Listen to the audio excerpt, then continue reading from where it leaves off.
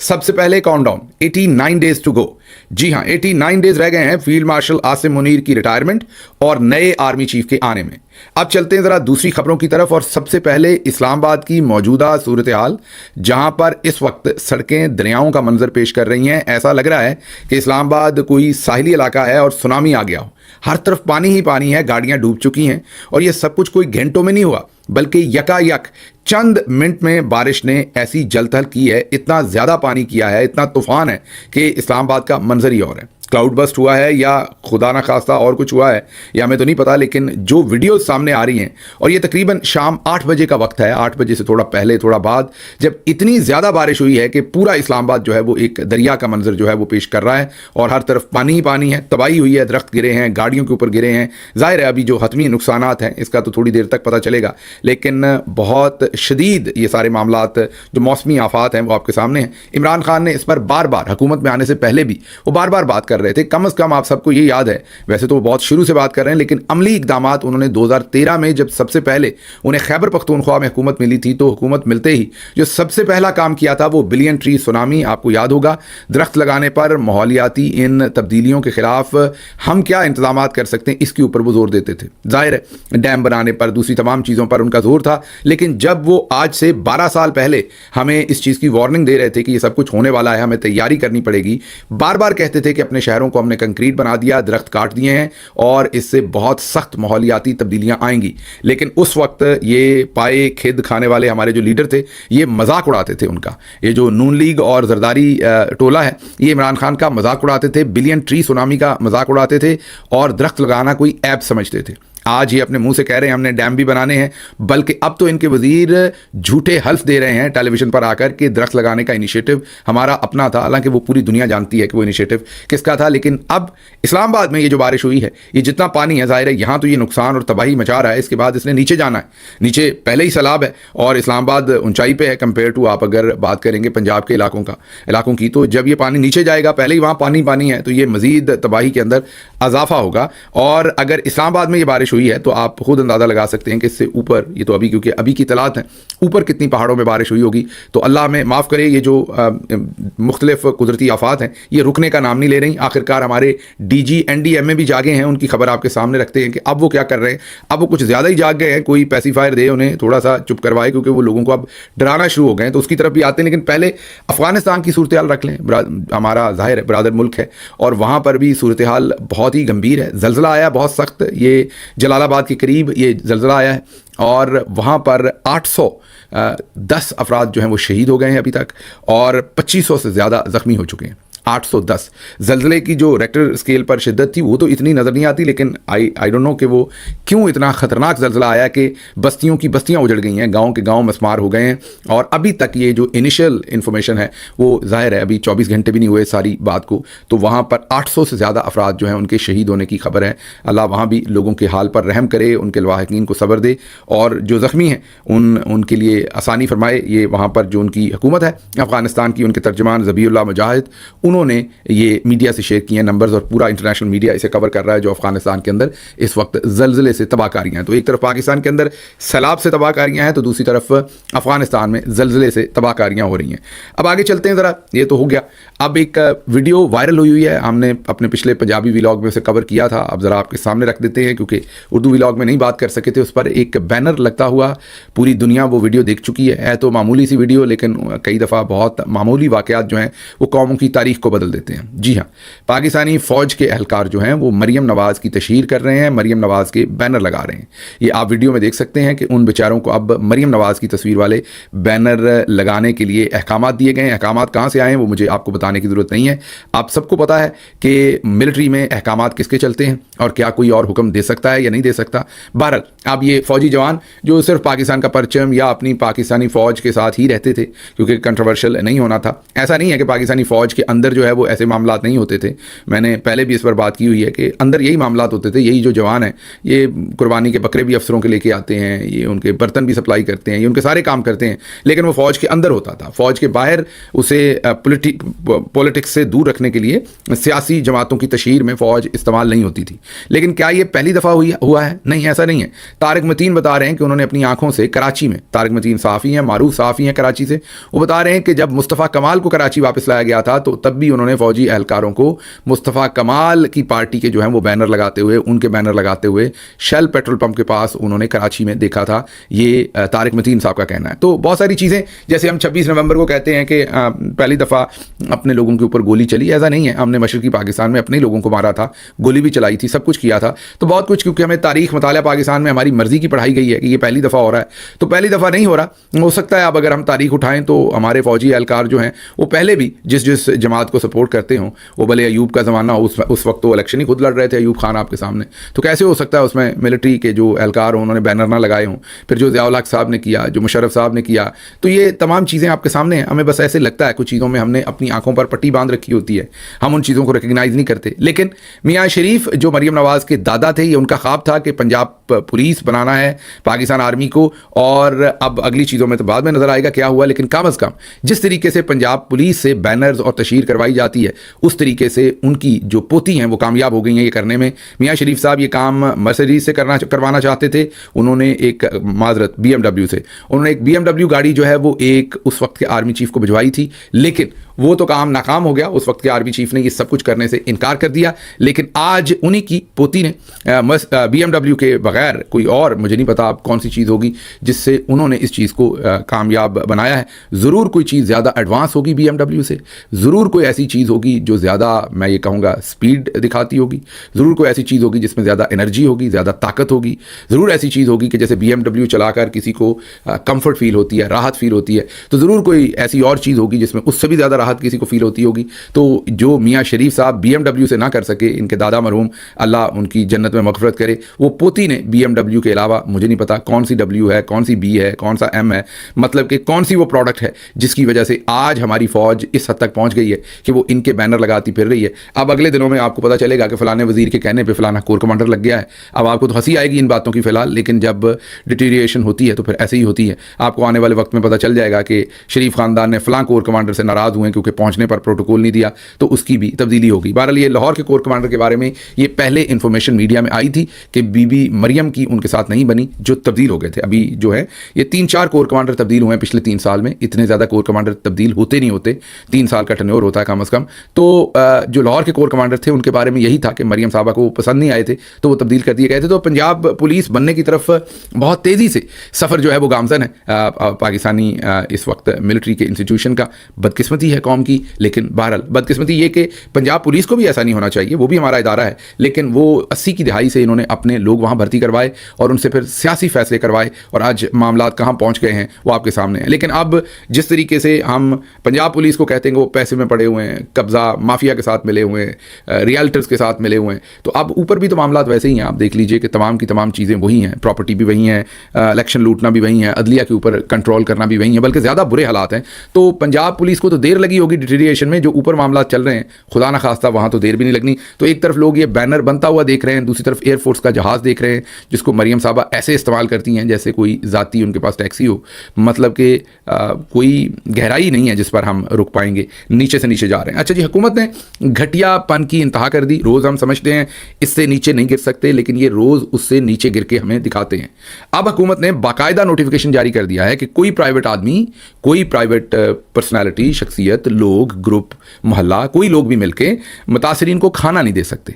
वजह यह बताई गई है कि क्वालिटी चेक नहीं है, जबकि अक्सर का मानना यह है कि क्योंकि इस पर मरियम नवाज़ की तस्वीर नहीं है लिहाजा खाना नहीं। अब मैं लानत भेजूं या क्या करूं ऐसी सोच पे। आप मुझे ये बताइए, पूरी दुनिया में जब जंग हो या सैलाब हो तो वहाँ कौन क्वालिटी चेक करता है? मतलब अगर लोग पकाएंगे खाना तो कोई गंदा खाना पका के लेके जाएगा? आप अपने आप से सवाल पूछिए। अगर कोई मस्जिद की कमेटी मिलके करती है, मोहल्ले की कमेटी मिलके करती है, कोई साहब हसीयत या 10 औरतें या कोई NGO कोई भी वो खाना पकवाते हैं, तो क्या वो गंदा खाना पकवा के लेके जाएंगे? कोई थोड़ा अकल को हाथ मारे, कोई थोड़ा हया करें, कोई गैरत करें। वो फिर चचा साजिद नवाज वाली बात ही ठीक फिर तो लगती है। माजरत, मैं नहीं वो अल्फाज कहना चाहता, ना ही मैंने उनके अल्फाज एंडोर्स किए थे, लेकिन चलें उस एक लफ्ज़ को निकाल लें जो मरियम साहबा के लिए उन्होंने इस्तेमाल किया था, उसको निकाल के फिर बाकी बातें तो उसकी ठीक हैं कि ये आप लोगों में शर्म नाम की कोई चीज़ ही नहीं है। आप लोग किधर पहुंच गए? मतलब लोग भूखे हैं, प्यासे हैं, अफलास है, सब कुछ डूब गया उनका पानी के अंदर। ना उनकी फसलें बची हैं, ना जानवर बचे हैं, अपने अजीज़ उन्होंने पता नहीं कहाँ दफनाए हैं, किस तरीके से ड्रमों पे रख रख के। मतलब आप उनको अगर कोई खाना दे रहा है तो वो भी बंद कर दिया क्योंकि तस्वीर लगनी चाहिए। मतलब ये लोग ज़हनी मरीज़ हैं। ये जो पाकिस्तान के ऊपर इस वक्त टोला सवार हो गया है, ये ज़हनी मरीज़ हैं। इन्हें ज़हनी इलाज की ज़रूरत है, इन्हें इन ओहदों की ज़रूरत नहीं है, इन्हें ज़हनी इलाज की ज़रूरत है। मादरत के साथ हर तरफ जो है वो इस वक्त ज़हनी मरीज़ों के हाथ में पाकिस्तान की क़यादत आई हुई है हर तरह की, और उसमें जो पाकिस्तान का नुकसान है और जो गरीब के साथ जुल्म है वो सोचने से ज़्यादा है। अच्छा जी, आगे ज़रा आपको एक और चीज़ बताते हैं, फिर ज़रा मरियम साहबा के दूसरे कारनामे आपके सामने रखते हैं आज जो उन्होंने अदा किए हैं। चेयरमैन NDA में गलती मेरी है, मैं माफ़ी मांगता हूँ। मैंने उन पर बहुत तनकीद की, उसकी मैं खुले दिल से और आप सबके सामने माफ़ी मांगता हूँ। लेफ्टिनेंट जनरल इनाम साहब से मैं माफ़ी मांगता हूँ। वो क्यों? वो इसलिए कि वो सोए हुए थे, उनका किसी को नहीं पता था, वो कभी कुछ नहीं करते थे, सिर्फ गोल्फ खेलते थे और यूनिफॉर्म में वो सर्विंग है चेयरमैन NDA में। हमने उन पर ज़रा सी तनकीद क्या कर दी, वो ऐसे जागे हैं कि वो जो मैं पंजाबी में कहता हूँ कि पैड़े रोन नालों चुप चंगी, उन्होंने वो काम शुरू कर दिया है। उन्होंने अब कौम को डराना शुरू कर दिया है। उन्होंने प्रेस कॉन्फ्रेंस की और बताया कि हर 2 महीने के बाद आफतें आएंगी, आप तैयार हो जाएं। उन्होंने एडवांस ही चला दिया सारा कुछ। उन्होंने कहा कि अभी ये सैलाब है, इससे हमने निकलना है तो सर्दी में जो है वो आ जाना है, तूफान जो सर्दी का है उससे निकलना है तो अर्ली हीट वेव आ जानी है, उससे निकलना है तो फिर अगली मॉनसून आ जानी है, और फिर पता नहीं हीट वेव आ जानी है, फिर अगली मॉनसून आ जानी है। सरकार सभी को पता है इस कैलेंडर का, खुदा का वास्ता है कहीं आपने 2050 तक सारी आफतें नहीं गिनवा दी, बीच में जलजला भी नहीं डाल दिया, समुद्री तूफान भी नहीं डाल दिए। मतलब ये कैपेसिटी है इनकी मेंटल। हमने उन पर 4 दिन तनकीद क्या कर दी, वो मेरा ख्याल इतने फ्रजाइल हैं बेचारे कि वो तनकीद हैंडल नहीं कर पाए और अब एडवांस चल गए। अब स्पीड इतनी ज़्यादा है कि अब पहले नज़र नहीं आते थे और अब अगले साल पूरे की आफतें भी लोगों को बता रहे हैं। भाई लोग इस आफत में नहीं निकल रहे, उनको कोई हौसला भी उनके पास रहने दे, उनके पास कोई उम्मीद भी रहने दें कि इसके बाद हम अपने घरों में जाएंगे, अपनी ज़मीन दोबारा आबाद करेंगे, पानी उतरेगा, को हमारे अच्छे दिन आएंगे। आप उनसे उम्मीद भी छीन रहे हैं कि इसके बाद ये होगा, इसके बाद ये होगा, इसके बाद ये होगा। और भाई जो अभी का काम है करने का वो तो कर लें, वो तो हुआ नहीं आपसे, उस टाइम तो आप सोए हुए थे। हमने तनकीद की, दूसरे लोगों ने तनकीद की, आप इतने एडवांस हो गए आप। अच्छा जी, आगे मरियम नवाज साहबा आज गई हैं जंग, और जंग जब गई हैं तो आपको सबसे पहले एक कहानी बताते हैं जो आप सुनेंगे तो आप हैरान रह जाएंगे कि क्या वाकई जहनी बीमारी इस लेवल की है। मरियम साहबा ने जंग की मुनासबत से आज काला जोड़ा पहना था क्योंकि वहाँ पर शिया आबादी बहुत ज़्यादा है, तो ये डिस्कशन की गई और काला सूट जो है वो इसके लिए चूज़ किया गया, काले कपड़े। अब उसके लिए जो सुर्ख, आपको पता है कि उन्होंने कश्ती में जाना है, दूसरी चीज़ों में उन्होंने दिखाना है लोगों को कि मैं कश्ती में हूँ, वो भी आपको दिखाते हैं कश्तियों में क्या ड्रामा होता रहा, वो एक अलग बात है। लेकिन वहाँ जाना है तो उन्होंने जो लाइफ जैकेट है वो पहननी है, वो अमूमी तौर पर येलो और रेड रंग की होती है, तो वो उनको ये लगा कि ये ब्लैक के साथ नहीं चलेगी। जो मैं आपको कहानी सुनाने लगा हूँ, आपकी आंखें फटी की फटी रह जाएंगी। तो उसके बाद मरियम साहबा ने कहा कि मैंने तो कुछ ऑफ वाइट या कुछ क्रीम कलर में, कुछ खाकी कलर में, कुछ ऐसा पहनना है, मैंने रेड नहीं पहनना। ये डिसाइड हो गया रात को और ये बता के मोहतरमा अपने सोने के लिए चली गई हैं जो भी, और पंजाब गवर्नमेंट को दौड़ें लग गई। जी हाँ, पंजाब गवर्नमेंट को दौड़ें लग गई कि अब इस पर क्या पहनाया जाना है। तो अब आपने ज़रा गौर करना है कि मामला कहाँ ख़त्म हुआ। जितने भी प्राइम मिनिस्टर्स और चीफ मिनिस्टर्स होते हैं, इनके जो सिक्योरिटी गार्ड्स होते हैं वो एक वेस्ट पहनते हैं, एक बाजुओं के बगैर आप उसे जैकेट कह लें वो पहनते हैं। जो वेस्ट पहनते हैं उसके अंदर मुख्तलिफ जेबें होती हैं, नेट लगा होता है, उन जेबों में जो अजाफी मैगजीन्स होती हैं जिनमें गोलियाँ होती हैं, वायरलेस होती है, उसको रखने की जगह होती है। वो सिक्योरिटी एहलकारों की एक टिपिकल वेस्ट होती है। अब इनको नज़र आया कि ये यही वेस्ट है जो मेरा मतलब है कि ऐसे मामले के ऊपर किसी ना किसी तरह से सिक्योरिटी भी उसमें होगी, और वो आगे से उन्होंने बांधी हुई होती है, बटन उसके बंद होते हैं, उस वेस्ट के खुली नहीं होती वो कभी भी, आप देखेंगे अनलेस कि कोई खाना खा रहा है, रिलैक्स बैठा है, तो उसके वो बटन बंद होते हैं। आर्म फोर्सेस में भी इस्तेमाल होती है वो, और उसकी जेबों को इस्तेमाल किया जाता है, जैसे मैंने कहा कि वायरलेस डालने के लिए या इक्विपमेंट दूसरा कोई या मैगजीन्स डालने के लिए, तो वो इस्तेमाल होता है। तो बाजी के लिए वो वेस्ट चूज़ की गई। अब वेस्ट जाहिर है वो मर्द पहनते हैं ज़्यादा, वहाँ पर मर्दाना ही ज़्यादा सिक्योरिटी स्टाफ है, तो वो साइज़ बड़े थे कंपैरेटिवली। उसके बाद गुलबर्ग में एक टेलर को उठवाया गया, बेसिकली टेलर नहीं, एक शख्स की कहीं पर लाहौर में वो फैक्ट्री है जहाँ से वो एक्सपोर्ट करते हैं ऐसा मटेरियल, उनको उठवाया गया और उनकी फैक्ट्री के अंदर जाके मरियम नवाज साहबा की स्टिचिंग होती रही। वो उस जैकेट की वो स्टिचिंग जो है वो सुबह कंप्लीट हुई, और सुबह का मतलब है कोई 7-8 बजे वो बेचारे कंप्लीट करके लाए। जब वो 9 बजे पहनाई गई तो उसमें थोड़ी सी फ़र्क था, जो मशीन थी वो जाती उम्रा साथ लेके गए थे क्योंकि उसकी स्टिचिंग ज़रा डिफरेंट मशीन से होती है। वो जाती उम्रा गई थी वो मशीन जो है, फिर उसमें थोड़ी ऑल्ट्रेशन मज़ीद की गई और मरियम साहबा ने आज वो जैकेट ज़ेबतान की। ये आप देख सकते हैं वो जैकेट ये पहन के वो फिर रही हैं। बल्कि ये वीडियो देखिए, इसमें वो लाइफ जैकेट लेके साथ आया क्योंकि मरियम साहबा ने कश्ती में खड़े होकर, क्योंकि अब कश्ती में तो हर जगह पे जहाँ भी वो जाएंगी वो कश्ती में तस्वीर ज़रूर बनवाएंगी, तो कश्ती में जाना था तो बेचारा पीछे पीछे जैकेट ले गया, तो उन्होंने कहा नहीं ये मैंने पहनी हुई है यही। अब इनसे कोई पूछे कि इस जैकेट का सैलाब के साथ क्या लेना देना है, क्या आप सिक्योरिटी गार्ड बन गई हैं? अच्छा, अगर ये आगे से बांध लेती तो चलें ये इतना झूठ बोलने के काबिल होते कि बुलेट प्रूफ जैकेट है, हालांकि होती नहीं है, लेकिन चलें ये झूठ बोल देते लोगों से कि पीछे भी इसके प्लेट्स हैं और आगे भी हैं तो ये बुलेट प्रूफ है। अब वो भी नहीं है, सब कुछ सामने से नजर आ रहा है कि वो खुली हुई है, उन्होंने तो बटन भी बंद नहीं किए, खुली हुई है। अब मरियम बाजी बताएंगे कौन सी मैगजीन्स इन्होंने, क्या कोई मतलब कोई फिल्मी किस्म के डाइजेस्ट वाली जो मैगजीन्स होती हैं वो रखनी है, या कोई मस्कारा या दूसरे की वो जो पूरी पूरी किट होती है उसको आप मैगजीन ही कह लें, वो भी उसमें से भी तो छटा ही बचता है ना मेकअप का, तो क्या वो मैगजीन्स यहाँ रखनी है जेबों में? ये आपने सिक्योरिटी गार्ड वाली, मतलब इसका क्या फ़ायदा? अगर आप वो तो लाइफ जैकेट तो पहनते हैं ना, चलें आपने तो जाना नहीं है गहरे पानी में, लेकिन चलें आप ड्रामा करने के लिए ही पहनती हैं, टिकटॉक बनाने के लिए ही, लेकिन चलो उसकी समझ आती है लाइफ जैकेट है, फिर भी चलो कोई ना कोई रेलेवेंस है, भले आप ड्रामा ही करती हैं, इसकी क्या रेलेवेंस है? ये आप पहनकर क्या बताना चाहती हैं? आप वहां पर सिक्योरिटी कर रही हैं, क्या कर रही हैं, क्यों पहन रही हैं ये? मरियम नवाज के लिए वो राजा बाबू हैं, वो जो फिल्म मैंने आपको बताया था, ये रानी बेबे जो है, इसके लिए हर चीज़ फैशन है। मैंने एक दफ़ा एक वीडियो देखी थी और उसमें वो बता रहे थे कि फौतगी पर किया जाने वाला मेकअप कौन सा होता है। मुझे लगता है कि मरियम साहबा खुदा ना खास्ता कहीं फौतगी पे जाएंगी तो उसकी मुनासबत से भी फिर स्पेशल कपड़े तैयार करवाएंगी और फौतगी के कंट्रास्ट में, वो कफन के कंट्रास्ट में फिर बनवाएंगी कि मैंने किस तरह के कपड़े पहने। बेशर्मी नहीं, अब मैं इसे कहूँगा, मैं जहनी मरीज़ा कहूँगा बाजी मरियम को। ये जहनी मरीज़ा हैं और इनकी इस बीमारी को एक्सप्लॉइट कर रहे हैं इनके इर्द गिर्द वाले सारे भी। वो जो ये कहती हैं वो वही करने की बेचारे कोशिश करते हैं, और ऊपर से रश्के कमर साहब ने कहा हुआ है कि इस जहनी मरीज़ा को हर सूरत खुश रखा जाए। तो मामला किस तरफ जा रहे हैं वो आपके सामने। बहरहाल वहाँ पर बात करते हुए कहती हैं कि मेरी अपनी फैक्ट्री भी यहाँ पर होती तो मैं आबादी को बचाती, फैक्ट्री ना बचाती। सुनिए, सुन लिया आपने। हालांकि इन्होंने वहाँ ऐसे प्रिटेंड कर रही हैं, झूठ बोल रही हैं जैसे रमज़ान शुगर मिल मेरी हो या आपकी हो, वो इन्हीं की फैक्ट्री है और उसी फैक्ट्री को इन्होंने बचाया। और हमने ये सैलाब से पहले, सैलाब से पहले का मतलब है कि चनियोट और जो ये सारा इलाका था जंग, यहाँ पर सैलाब आने से पहले आपको खबर दी थी कि और वीडियोज़ भी मौजूद हैं सोशल मीडिया पर सारी, कि रमज़ान शुगर मिल के ऊपर बांध बांधे जा रहे हैं, भवाना और चनियोट को खुला छोड़ दिया गया है, आगे जंग को खुला छोड़ दिया गया और बाद में 2-3 दिन के बाद आपने सब कुछ वैसे ही होते देखा। तो मरियम साहबा ने एक और झूठ बोला। मरियम नवाज साहब स्कूल गई थी और वहाँ बच्चों को पढ़ाने की इतवार वाले दिन एक्टिंग कर रही थी। अब उस बच्चे ने भी झूठ मरियम साहबा का आश्कार कर दिया। उन्होंने कहा है कि कल ज़बरदस्ती पुलिस वाले बाजू पकड़कर स्कूल ले गए थे, कहा खाना मिलेगा। जब मरियम नवाज चली गई तो बगैर खाना दिए हमें वहाँ से भगा दिया। ये बच्चा अब वीडियो पर बता रहा है। बहरहाल ये सूरत हाल तो हो गई। आज जब वो जंग गई तो मुतासरीन ने वहाँ पर भी बताया कि वो आई, तस्वीरें ली, चली गई, हमें कोई इमदाद नहीं मिली। ये एक वीडियो आवाज़ नहीं सुना सकते क्योंकि चचा साजिद नवाज ने जो गाली गलोच तो नहीं, सख्त लफ्ज़ था उसमें, वो कम था। जो ये अम्मा जी कह रही हैं, जो अल्फाज ये इस्तेमाल कर रही हैं, वो मैं आपको सुनवा नहीं सकता। लेकिन वो बता रही हैं कि उनकी मुंजी चली गई, मतलब चावल की फसल चली गई, उनका घर गिर गया, उनका सब कुछ लुट गया है और उन्हें कुछ नहीं मिला। उन्हें जलील किया गया, खड़ा किया गया, ख्वार किया गया।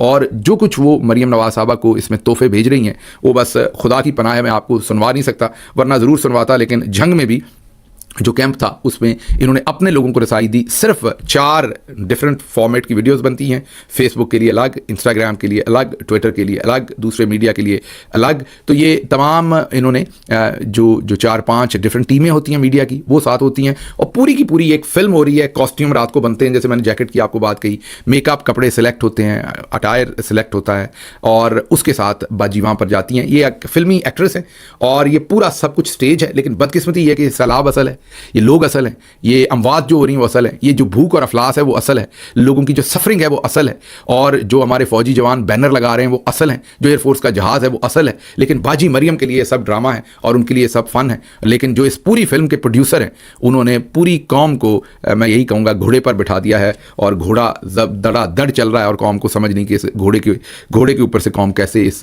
तेज़ी के साथ उड़ने वाले घोड़े से कौम कैसे नीचे उतरे। अच्छा जी, आगे चलते हैं, एक और ख़बर आपको दे दें और उसके बाद आपसे इजाज़त लेंगे। और वो खबर ये है कि ये कल की ज़रा वीडियो देखिए। कल भी हमने आपको बताया था कि वो वीडियो गलत तरीके से चली गई थी सारी। मरियम साहबा बेंच पे खड़ी थी, लोग गारे में खड़े थे, वीडियो ऊपर से दिखानी थी। लेकिन आप इस वीडियो को गौर से देखिए। जैसे ही मरियम साहबा वहाँ आई हैं तो एक कश्ती जिसमें 3 या 4 रेस्क्यू के लोग बैठे हैं, वो मरियम साहबा के हुक्म में आप देखिए किनारे से पानी की तरफ जा रही है। अब ये क्योंकि वीडियो पहली बनी थी, मैंने आपको कहा कि जिसमें बेंच नज़र आ रहा है, ये रिलीज़ नहीं करना था इतना हिस्सा। बाद में जब फ्रेम लिया गया है पूरा, जिसमें ऊपर से फ्रेम है, जिसमें नीचे बेंच नज़र नहीं आ रहा, तो आप देखें वही 4 लोग रेस्क्यू के वो आगे से वापस आ रहे हैं वही कश्ती है, वो पानी के दरमियान में से वापस आ रही। दरमियान में आपको एक कट नज़र आ रहा है इस वीडियो में, मतलब कि दिखाया ये जा रहा है कि कहीं डीप वाटर के अंदर से वो कश्ती मरियम साहबा की तरफ आ रही है। आप ज़रा बेशर्मी सोचें कि ये लोग सैलाब के अंदर जाके ये सारी एक्टिंग कर रहे हैं, ये सारी वीडियोज़ बना रहे हैं, सारी फिल्में बना रहे हैं। 4 घंटे वहाँ उन औरतों को खड़ा रखा गया, 6 घंटे से कश्तियाँ खड़ी रखी गई। और सबसे ज़्यादा बेशर्मी की बात कि वहाँ जो जानवर थे जिनको उस कश्ती में रखा गया था, वो भी 6 घंटे के करीब वो जानवर भी जो हैं वो उन कश्तियों के अंदर भूखे प्यासे उन्हीं कश्तियों के अंदर तड़े रहे। वो जानवर जो हैं उन्हीं कश्तियों के ऊपर बांधे रखा उन भैंसों को। इनको बेजुबानों का भी फिक्र नहीं है, इनको जुबान वालों का भी फिक्र नहीं है। मैं इससे ज़्यादा क्या कहूँ, मुझे यहाँ से इजाज़त दीजिए। अल्लाह आपका हामी और नासिर हो। पाकिस्तान जिंदाबाद।